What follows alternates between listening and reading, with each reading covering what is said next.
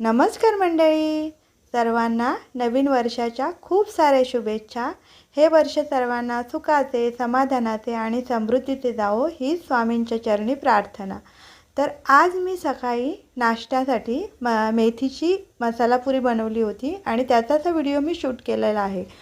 तर ही भाजी मी 2-3 दिवसापूर्वीच आणली होती आणि निवडून फ्रीजमध्ये ठेवली होती, परंतु आता 2-3 दिवस काही ना काहीतरी कार्यक्रम होते, त्याच्यामुळे मला काही घरी जास्त जेवण बनवायला लागलं नाही आणि त्याच्यामुळे माझी भाजी तशीच होती फ्रीजमध्ये। म्हटलं चला आज याचीच पुरी बनवूया, म्हणजे सकाळी नाश्त्यासाठी पण होईल आणि दुपारी जेवताना सुद्धा खायला मिळेल। तर इथे मी भाजी निवडून चिरून घेतली होती। त्याच्यामध्ये जे बेसिक मसाल्याच्या डब्यातली हळद, तिखट, मीठ, गरम मसाला, त्याचबरोबर सफेद तीळ आणि ओवा थोडासा घातला होता। आलं लसूणची पेस्ट कुटून खलबत्त्यामध्ये कुटून घातली होती।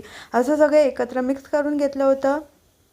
आता याच्यामध्ये मी 2 वाट्या गव्हाचं पीठ घातलेलं आहे आणि हे पीठ सगळं एकत्र मिक्स करून मळून घेतलं होतं। कधी थेपले किंवा भाजीपेक्षा कधी पुरीसुद्धा खायला बरी वाटते, तर म्हणून मी म्हटलं चला। पण झालं असं की नेमकी ही पुरी मला सकाळी खायलाच आम्हाला मिळाली नाही, कारण आम्ही गेलो होतो बाहेर। त्याच्यामुळे दुपारी मी म्हणजे जेवणाच्याच वेळेला ही पुरी बनवली होती। तर माझ्या मिस्टरांनी ती भाजीवर खाल्ली होती आणि मुलीने सॉस बरोबर वगैरे खाल्ली होती असं। तर इथे मी हे पीठ मळून घेतलं होतं। आता हे मी तसंच झाकून ठेवलं होतं पीठ। त्याच्यानंतर आता दुपारी इथे मी ह्या पुऱ्या लाटते। तर